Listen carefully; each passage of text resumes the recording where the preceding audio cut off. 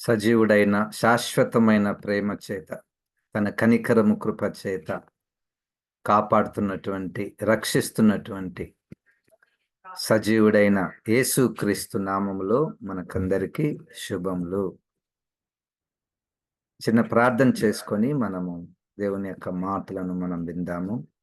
వాక్యమయున్న దేవ, జీవము కలిగిన వెలుగు కలిగిన నిత్య శక్తితో నింపబడినటువంటి నీ యొక్క మాటల ద్వారా ప్రభువా మాతో మాట్లాడమని, నీ వాక్యాన్ని ప్రభువా మేము సరిగ్గా అర్థం చేసుకోవడానికి ప్రభువా నీ యొక్క ఆత్మశక్తిని మాకందరికి దయచేయమని యేసు నామమున ప్రార్థిస్తున్నాము తండ్రి.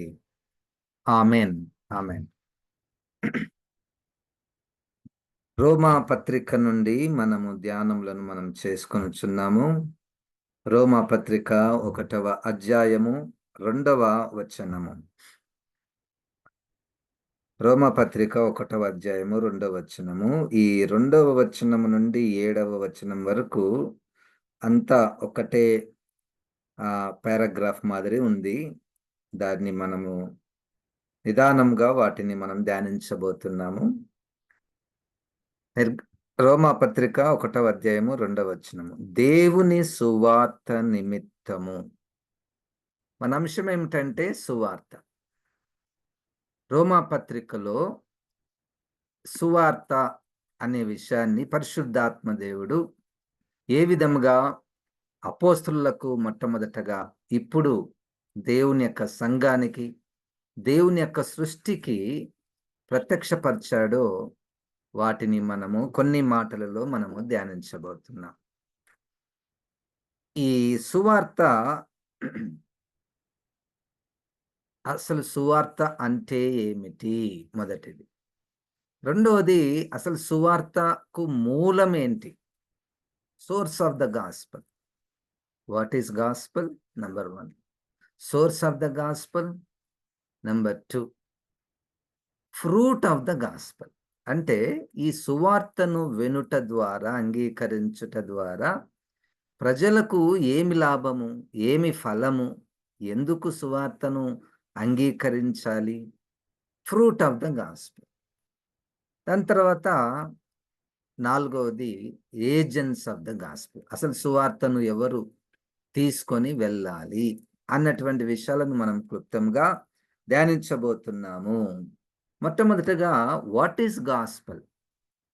ఈ యొక్క అంశము యొక్క రెలవెన్స్ అంటే ఇప్పుడు మనము ఆ అంశాన్ని ధ్యానించడానికి అవసరత ఏమొచ్చింది? దాని యొక్క ప్రాధాన్యత ఇప్పుడు కూడా ఉందా అంటే ఖచ్చితంగా ఉంది అని మనం గుర్తించాలి. ఎందుకంటే మన చుట్టూ సువార్త పేరట ప్రకటించబడుతున్నటువంటి వాక్యాలు, అవి అపోస్తలుడైనటువంటి పౌలు గారి కాలములోనే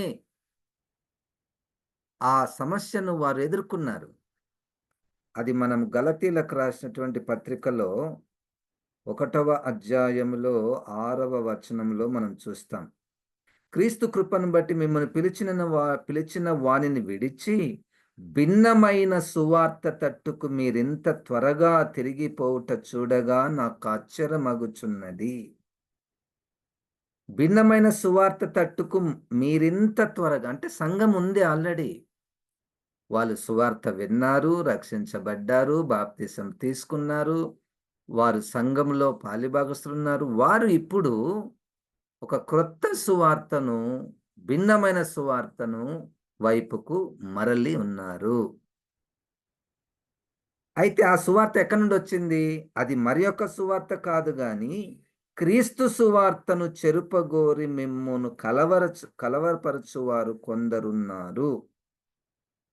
మేము మీకు ప్రకటించిన సువార్త కాక మరి యొక్క సువార్తను మేమైనను పరలోకం నుండి వచ్చిన యొక్క దూత అయినను మీకు ప్రకటించినలా అతడు శాపగ్రస్తుడవును గాక.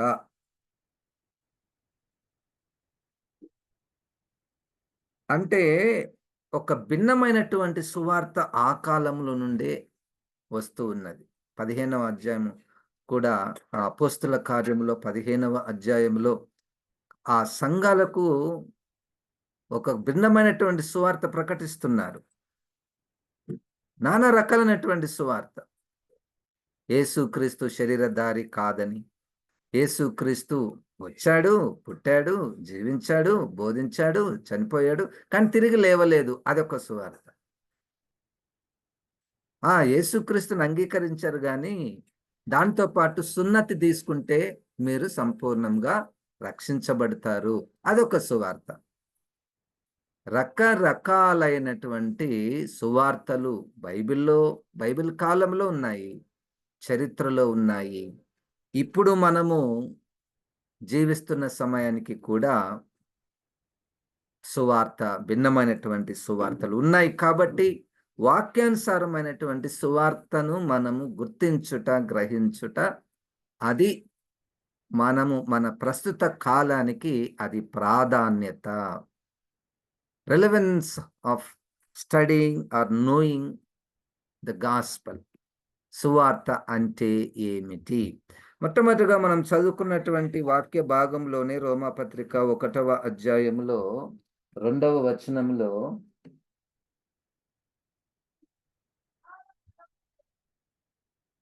దేవుని సువార్త నిమిత్తము అక్కడే ఉంది. ఆ దేవుని సువార్త, వాట్ ఈస్ గాస్పెల్ అంటే దానికి ఈ source of the gospel is God. దేవుని సువార్త. అసలు సువార్త అనేటువంటిది ప్రారంభం ఎక్కడవుతుందంటే దేవుని దగ్గర నుండి ప్రారంభము అవుతుంది. It is to do with the God. అది సువార్త అనగా the source of the gospel begins with God. అది దేవునితో ప్రారంభమయ్యేటటువంటి సువార్తగా మనము గుర్తించాలి. It's not about the people. ఇది చూడండి, ప్రజలలో, సమాజంలో, లోకంలో అనేకమైనటువంటి మంచి సువార్తలు ఉన్నాయి. ప్రజలకు క్షేమమును, లాభమును, సుఖమును, సౌఖ్యమును కలిగించేటటువంటి సువార్తలు, మంచి వార్తలు ఒక వ్యక్తి నుండి ఇంకొక వ్యక్తికి, ఒక కుటుంబం నుంచి ఇంకొక కుటుంబానికి, ఒక సమాజం నుండి ఇంకొక సమాజానికి, ఒక ప్రభుత్వం నుండి ఇంకొక ప్రజలకు నానా రకాలైనటువంటి సువార్తలు ఉన్నాయి. All of them had the source is by the people. అది ప్రజల నుంచి వచ్చినటువంటి సువార్తలు. కానీ ఇక్కడ మనం వాక్యములో మనం గుర్తించవలసినటువంటి సువార్త, అది దేవుని నుండి వచ్చినటువంటి సువార్త. ఇదే విషయం మనకు ఈ రోమపత్రికలో చివరి అధ్యాయంలో 16వ అధ్యాయంలో 26వ వచనం. మొట్టమొదటిగా నేను సోర్స్ ఆఫ్ ద గాస్పల్ గురించి ఈ 2 మాటలు చెప్తున్నాను. చివరి వచనంలో పౌలు గారు ఎట్లయితే ప్రారంభంలోనే దేవుని సువార్తని ప్రారంభించాడో, చివరి వచనంలో కూడా అది తిరిగి గుర్తు చేస్తున్నాడు. 25 నుండి, సమస్తమైన అన్యజనులు విశ్వాసమునకు విధేయులగునట్లు అనాది నుండి రహస్యముగా ఉంచబడి ఇప్పుడు ప్రత్యక్షపరచబడిన మర్మము నిత్య దేవుని ఆజ్ఞ ప్రకారము ప్రవక్తల లేఖనముల ద్వారా వారికి తెలపబడి ఉన్నది. ఈ మర్మమును అనుసరించి ఉన్న నా సువార్త ప్రకారముగాను, యేసుక్రీస్తును గూర్చిన ప్రకటన ప్రకారముగాను మిమ్మును స్థిరపరచుటకు శక్తిమంతుడును ఇక్కడ అంతా కూడా మనం గమనిస్తే సువార్త ఎప్పుడో ప్రారంభమైంది, ఎప్పుడో ఉన్నది. అనాది నుండి రహస్యముగా ఉంచబడిన, ఇప్పుడు ప్రత్యక్షపరచబడినది. అదేంటంటే దేవుని సువార్త.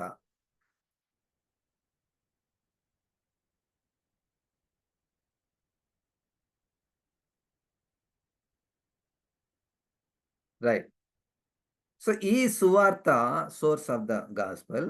ఇప్పుడు వాట్ ఈస్ గాస్పల్ అన్నటువంటి మాటకు 1వ అధ్యాయంలోని 3వ వచనము జాగ్రత్తగా పరిశీలిద్దాము. సువార్త అనగా ఏమిటి? దేవుని సువార్త నిమిత్తము బడినవాడునైన పౌలు రోమాలో ఉన్న దేవుని ప్రియులందరికనగా పరిశుద్ధులుగా ఉండుటకు పిలువబడిన వారికందరికీ ఆ శుభమని చెప్పి వ్రాయున్నది. మన తండ్రైన దేవుని నుండి ప్రభువైన యేసుక్రీస్తు నుండి సమాధానం మీకు కలుగునుగాక. దేవుడు తన కుమారుడును మన ప్రభువైన యేసుక్రీస్తు విషయమైన ఆ సువార్తను, ఇది ఎసెన్స్ ఆఫ్ ద గాస్పెల్. అసలు సువార్త అంటే ఏమిటి అనే దానికి ఇది మనము మనసులో గుర్తు పెట్టుకోవచ్చు. అనేకమైనటువంటి విషయాలు దాంట్లో కలుస్తాయి. అనేకమైనటువంటి విషయాలు కలుస్తాయి. ఒకటే విషయాన్ని వివిధ రకాలైనటువంటి పదాలను, ఉపమానాలను, అలంకారాలను ఉపయోగించి చెప్పబడుతుంది.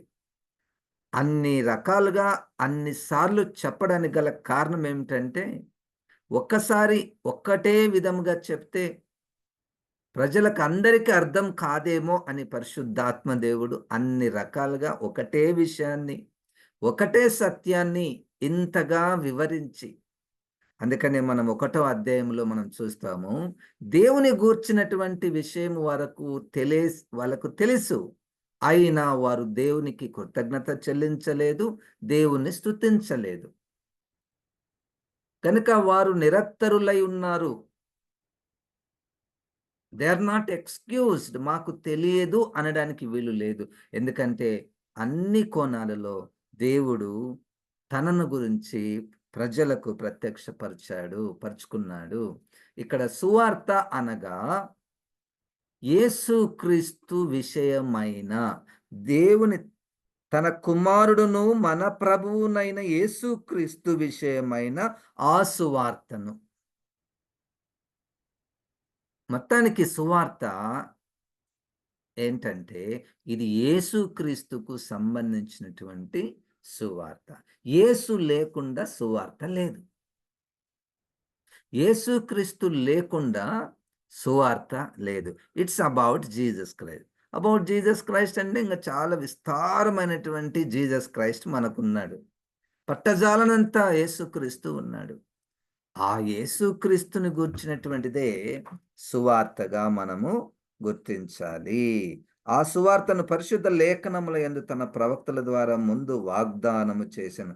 యేసుక్రీస్తు శరీరమును బట్టి దావీదు సంతానంగాను, మృతుల నుండి పునరుద్ధరణైనందున పరిశుద్ధమైన ఆత్మను బట్టి దేవుని కుమారుడుగాను ప్రభావంతో నిరూపింపబడెను. ఈయన నామము నిమిత్తము సమస్త జనుల విశ్వాసమునకు విధేయులగునట్లు ఈయన ద్వారా మేము కృపను అపోస్తలత్వమును పొందితిమి. వాట్ ఈజ్ సువార్త అంటే ఇది దేవుని సువార్త ఇది యేసుక్రీస్తు సువార్త. ఇక్కడ ఒక సిద్ధాంతము కనబడుతుంది. దేవుని సువార్త, యేసుక్రీస్తు సువార్త ఒక్కటే అయినప్పుడు దేవుడు యేసుక్రీస్తు ఒక్కడే. దేవునికి స్తోత్రం. హల్లెలూయా. రెండవ వచనంలో దేవుని సువార్త, ఇక్కడ యేసుక్రీస్తు సువార్త, ఇంకొక భాగంలో యేసుక్రీస్తు యొక్క సువార్త. గనుక దేవుడు ఒక్కడే. సరే, ఇప్పుడు ఈ సువార్తలో ఏముంది? ఇట్ ఈస్ సువార్త అబౌట్ జీసస్ క్రైస్ట్. సువార్త ఈజ్ జీసస్ క్రైస్ట్. హల్లెలూయా. చూడండి, ఈ సువార్త చెప్పడంలో ఏం చెప్పాలి అంటే, ఈ రోమా పత్రికలో పౌలు గారు రాస్తున్నప్పుడు తన యొక్క ఆడియన్స్‌లో 3 రకాల ప్రజలున్నారు. అంటే ఎవరికి పరిశుద్ధాత్మ దేవుడు ఇది రాయిస్తున్నాడు అన్నటువంటి దాన్ని ఆ 16 అధ్యాయాలు మనము పరిశీలిస్తే సంఘానికి రాస్తున్నాడు. రోమాలో ఉన్నటువంటి సంఘానికి మొట్టమొదటగా వ్రాస్తున్నాడు. నంబర్ 1. నంబర్ 2, రక్షింపబడనటువంటి యూదులు, వారికి కూడా ఈ యొక్క రోమా పత్రిక. నంబర్ 3, రక్షింపబడనటువంటి అన్యులకు కూడా ఈ సువార్త రాస్తున్నాడు. ఇప్పుడు ఆ సంఘంలో అన్యుల నుంచి రక్షించబడిన వారున్నారు, యూదులలో నుంచి కూడా రక్షింపబడి బడినటువంటి వారు ఉన్నారు. సరే, ఇప్పుడు సువార్త అంటే ఏమిటి అంటే, ఇక్కడ యేసుక్రీస్తు యొక్క పుట్టుక అంటే ఈ లోకంలో ఆయన జీవితము మరియు ఆయన యొక్క పునరుద్ధానం గురించి చెప్పుటయే సువార్త. ఇప్పుడు మనము ఒక సువార్త అన్నటువంటి బౌల్‌లో ఒక ఒక పాత్రలో చాలా విషయాలను మనం నింపుతున్నాం. ఒక్కటే గాదు. If it is about Jesus Christ is immeasurable కదా! ఆయన ఇది అని మనం ఒక్క మాటలోనే చెప్పడానికి రాదు. గనుక మనకి ఏమేమి దొరుకుతున్నాయో సువార్తను యేసుక్రీస్తు సువార్త విషయంలో వాటిని తీసుకొని వచ్చి ఈ సువార్త అన్నటువంటి ఈ పాత్రలో మనము నింపుతున్నాము. The holistic gospel. మొన్నటి దినంన నేను ఒక విషయాన్ని నెట్‌లో చూశాను. అది నాకు చాలా నచ్చింది. Whole Bible to the whole world. Whole Bible to the whole world. ఈ లోకమంతటికి బైబిల్ మొత్తము మనము చెప్పాలి. Not parts, not what we desired, not what benefits people alone. So, మొత్తము సువార్త గురించి మనం చెప్పాలి. సో, ఈరోజు టాపిక్ ఏంటంటే, what is gospel? Number 1, gospel is of God.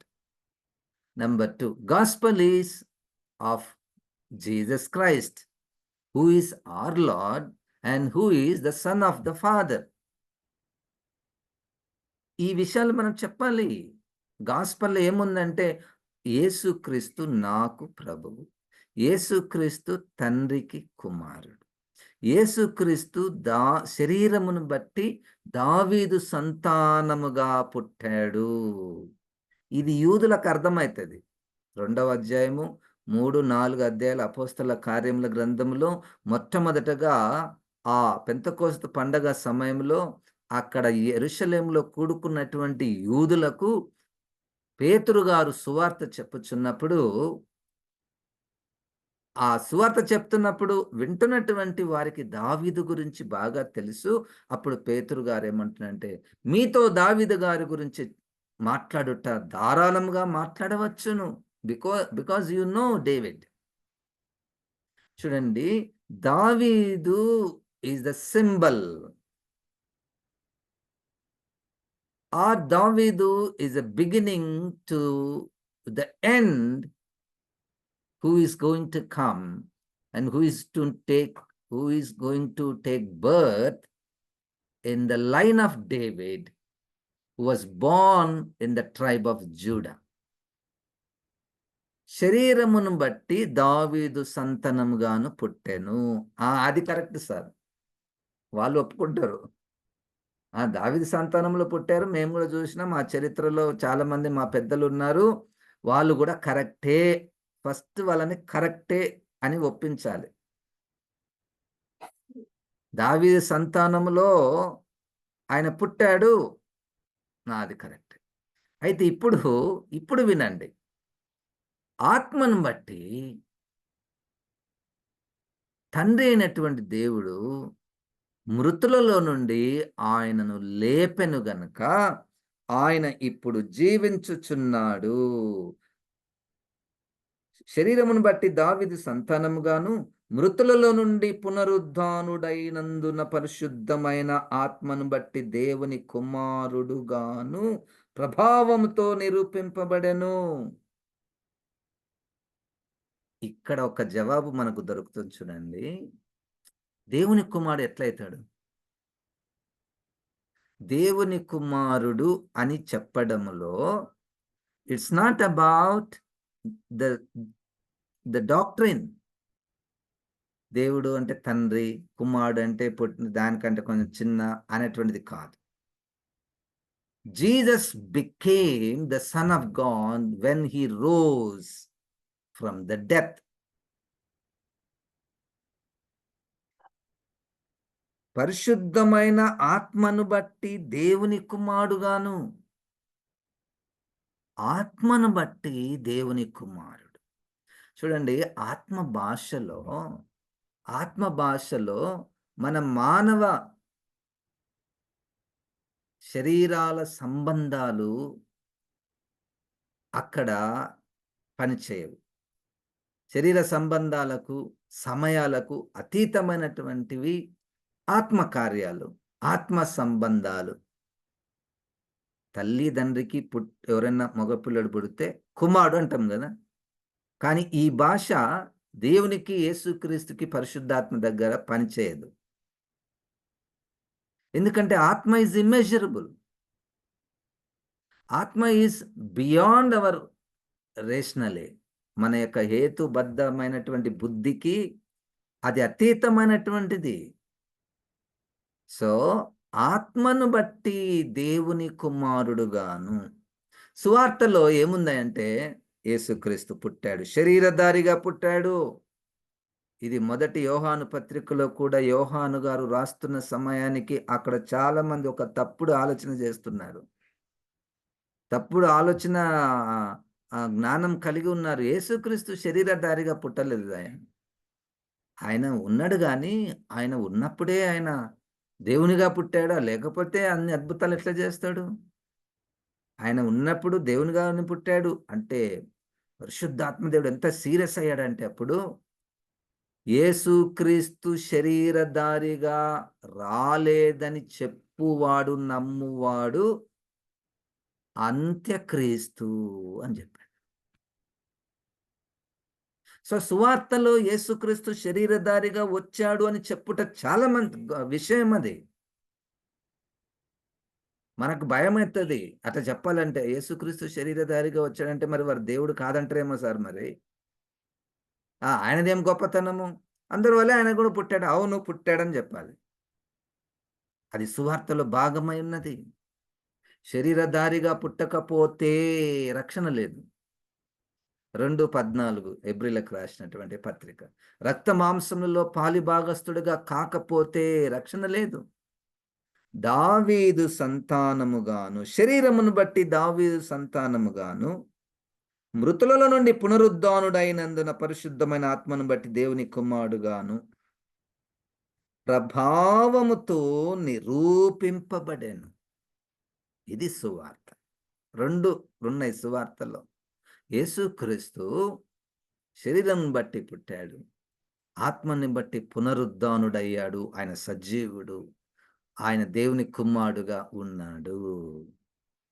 ఇప్పుడు యేసుక్రీస్తు ఉన్నాడయ్యా. ఇప్పుడు యేసుక్రీస్తు ఉన్నాడు. ఈ విషయం సువార్తలో ఉన్నది. అయితే మనకున్న ఇబ్బంది ఏంటంటే ఇప్పుడున్నటువంటి యేసుక్రీస్తుని చూపియాలంటే చాలా కష్టం. ఒకప్పుడు ఉన్నాడయ్యా, బైబిల్‌లో ఆయన గురించి ఉన్నాయి అంటే కొంతవరకు సువార్త చెప్తే నమ్ముతారేమో. కానీ ఇప్పుడు చనిపోయినటువంటి వ్యక్తి తిరిగి లేచాడు. ఇప్పుడు ఆత్మ స్వరూపి ఆయన ఉన్నాడు అన్నటువంటిది చెప్పాలి, చెప్పాలి, చెప్పాలి. అదే సువార్త అయ్యున్నది. ఎట్లా చెప్పాలది? ఎట్లా చెప్పాలి? ఎట్లా చెప్తే వాళ్ళు నమ్ముతారు?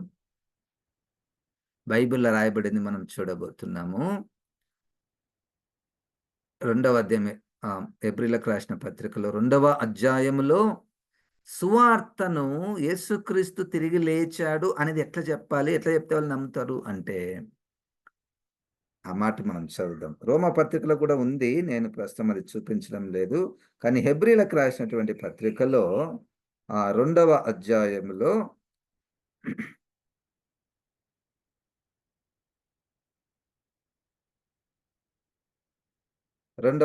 మూడో వచనం. ఇంత గొప్ప రక్షణను మనం నిర్లక్ష్యం చేసిన యెడల ఎలాగో తప్పించుకుందుము. అట్టి రక్షణ ప్రభువు బోధించుట చేత ఆరంభమై దేవుడు తన చిత్తానుసారముగా ఇది సూచక క్రియల చేతను, మహత్కార్యముల చేతను, నానా విధములైన అద్భుతముల చేతను, వివిధములైన పరిశుద్ధాత్మ వరములను అనుగ్రహించుట చేతను వారితో కూడా సాక్ష్యమిచ్చుచుండగా. ఇవి సాక్ష్యాలు. ఇవి ఇప్పుడు నేను సువార్త చెప్పాను. ఏం చెప్పాను? యేసుక్రీస్తు శరీరధారిగా వచ్చాడు. ఆయన చనిపోయి తిరిగి లేచాడు. ఇప్పుడు జీవిస్తున్నాడు. ఇది వాళ్ళు నమ్మడానికి చాలా ఇబ్బందికరంగా ఉంది. అప్పుడు పరిశుద్ధాత్మ దేవుడు ఏం చేస్తాడంటే, సూచక క్రియలు, మహత్కార్యములు, అద్భుత కార్యములు, పరిశుద్ధాత్మ వరములు మనకు ఇచ్చుట ద్వారా, అపోస్తలకు ఇచ్చుట ద్వారా, చరిత్రలో అనేకులకు ఇచ్చుట ద్వారా ఈ సువార్త యేసుక్రీస్తు సజీవుడని నిరూపించబడుతుంది. ఈ సువార్తను వాళ్ళు వింటారు, నమ్ముతారు. అక్కడ జరగాలి. అది మన ముందున్నటువంటి సవాలు. అది మన ముందున్నటువంటి సవాలు. ఇప్పుడు ఈ విషయాన్ని సువార్త అన్నటువంటి పాత్రలో మనం వేయాలి. ఇక ఎన్నో మనము దాంట్లో నింపబోతున్నాము. కేవలం రోమపత్రిక నుంచే మనము మాట్లాడుకుంటున్నాము. బైబిల్ మొత్తంలో సువార్తను మనం బాగా పరిశీలించాలి. ఇదిగో సువార్త చెప్పే విషయంలో మనం ఇది కోరుకోవాలి. చూడండి, దేవుని దగ్గర నుండి అన్నిలు ఒక్కొక్కసారి అద్భుతాలు కోరుకుంటారు. స్వస్థతలు కోరుకుంటారు. వాళ్ళ పిల్లలకు పెళ్ళిళ్ళు కావాలని మన దగ్గరికి ప్రార్థన చేయమని అడుగుతారు. అప్పుడు మనము నమ్మాలేంటంటే దేవుడు చేస్తాడు. వారు యేసుక్రీస్తుని అంగీకరించలేదు గదా! ప్రార్థన చేయలేదు గదా! అట్లెట్లా అద్భుతం చేస్తాడు? అద్భుతము చేసి వారిలో విశ్వాసమును పుట్టిస్తాడు. హల్లెలూయా! అది పాయింట్. అద్భుతాలు, సూచక క్రియలు రక్షింపబడిన వారికే మాత్రమే కాదు. ఇది సువార్తలో మనం నమ్మాలి. ఎవరైనా నాకు ఆ రక్షణ మా వాళ్ళు రక్షణ పొందడానికి ప్రార్థన చేయనంటే నేను ఇది కోరుకుంటా. ప్రభువా, నీకు తెలుసు వాళ్ళలో నమ్మిక పుట్టించాలంటే ఏం చేయాలో నీకు తెలుసు. ఆ సూచక క్రియలు, అద్భుత క్రియలు, మహత్కార్యములు, పరిశుద్ధాత్మ వరముల చేత నింపబడినటువంటి సేవకులు, విశ్వాసులు ఉంటారు కదా! వాళ్ళని చూచినప్పుడు కూడా ఆ సువార్తకు బలమొస్తది. ఇవన్నీ సాక్షులుగా ఉంటాయి సువార్తకు. ఇవన్నీ నిరూపించడానికి అవి గుర్తులుగా ఉంటాయి. మొత్తానికి మనం ఏం నేర్చుకుంటున్నామంటే, సువార్త అనగా ఏమిటి? What is gospel? It is about Jesus Christ. It is about Jesus Christ who was born in the flesh. And it is about Jesus Christ who rose from the death.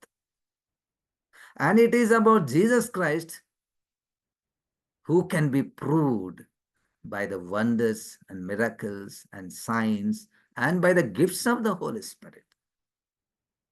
ఇక నువ్వు యు ఆర్ నాట్ ఎక్స్‌క్యూజ్డ్. ఇదే రోమపత్రికలో 1వ అధ్యాయం, నాకు తెలియదు యేసుక్రీస్తు గురించి అని లేదు. నీవు దేవుని గురించి తెలుసుకోవడానికి నీకు ఎంత అవసరమో అంతకంటే ఎక్కువగా దేవుడు ప్రత్యక్షపరుచుకున్నాడు తన్ను తాను. ఎట్లా ప్రత్యక్షపరుచుకున్నాడు? It's a general revelation. ఈ సృష్టిని ఆలోచించుట ద్వారా సృష్టిలో దేవుని యొక్క నిత్య శక్తి, ఆయన యొక్క నిత్యత్వము, ఆయన యొక్క దైవికత్వము కనబడుచున్నది. నంబర్ 1. ఎట్లా ఆయన తన్ను తాను ప్రజలకు, లోకానికి ప్రత్యక్షపరుచుకున్నాడు? By sending his son. ఆయన తన కుమారుని పంపించుట ద్వారా. ఇవన్నీ సువార్త అన్నటువంటి పాత్రలో మనము నింపుతున్నాము. రోమాపత్రికలో 1వ అధ్యాయములో సువార్త అనగా అన్నటువంటి మాటను మనము నేర్చుకుంటున్నాము.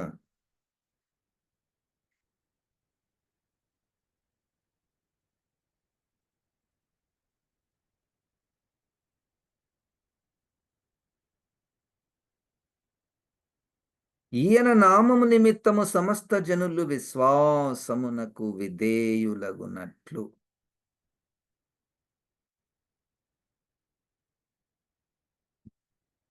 ఈ ఈ ఈ ఈ the goal of the gospel. Goal of the gospel అంటే ఇప్పుడు సువార్త చెప్పినాము. ఏంటి ఫైనల్‌గా ఏంటి? What this gospel is expecting from people. వినాలనా? ఓహ్! వినాలి. వింటే తప్పకుండా వింటారు. చెప్తే మనము వాళ్ళు వింటారు. విన్న తర్వాత ఇదే రోమపత్రికలో వినుట ద్వారా విశ్వాసము కలుగును. నంబర్ 2 ఫస్ట్ ఇవన్నీ ఒక సీక్వెన్స్ ఇచ్చారు రోమపత్రికలో. ఫస్ట్ మనం సువార్తికులను పంపాలి.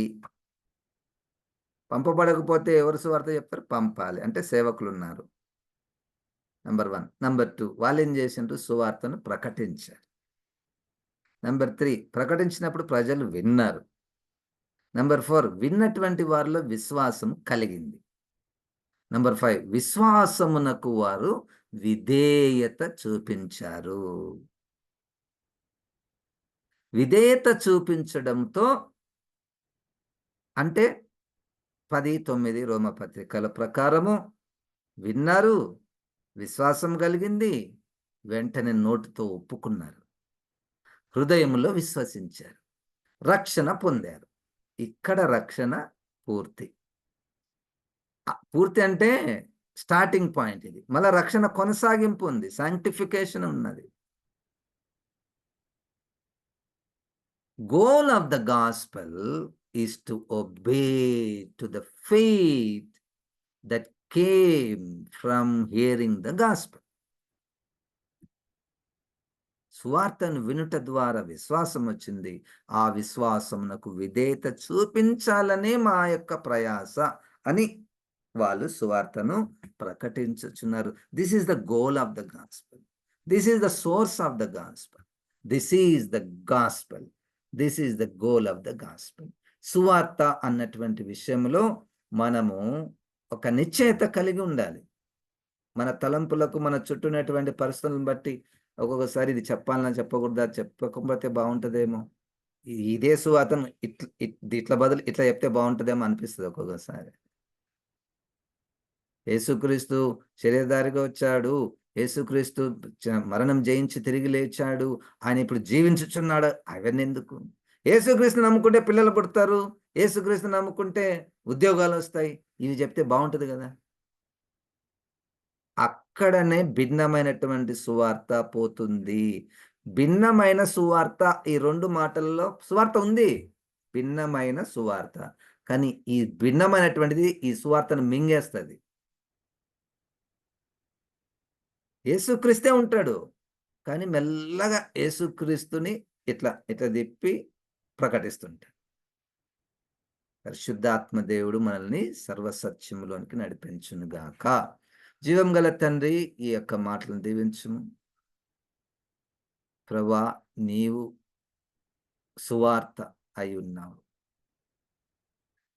నిన్ను మేము అంగీకరించుటకు మాలో నువ్వు ఇచ్చిన విశ్వాసం బట్టి నీ వందనాలు చెల్లిస్తున్నాం. సరిగ్గా సువార్త ప్రకటింపబడినట్లు సహాయం చేయమని యేసు నామమున ప్రార్థిస్తున్నాము తండ్రి, ఆమేన్. ఇప్పుడు మన పరమ తండ్రి అయిన దేవుని యొక్క ప్రేమయు, ప్రభువైన యేసుక్రీస్తు యొక్క కృపయు, పరిశుద్ధాత్మ దేవుని యొక్క సహవాసం మనకందరికి సదాకాలము తోడైయుండును గాక. ఆమేన్. దేవుడు మనల్ని దీవించును గాక.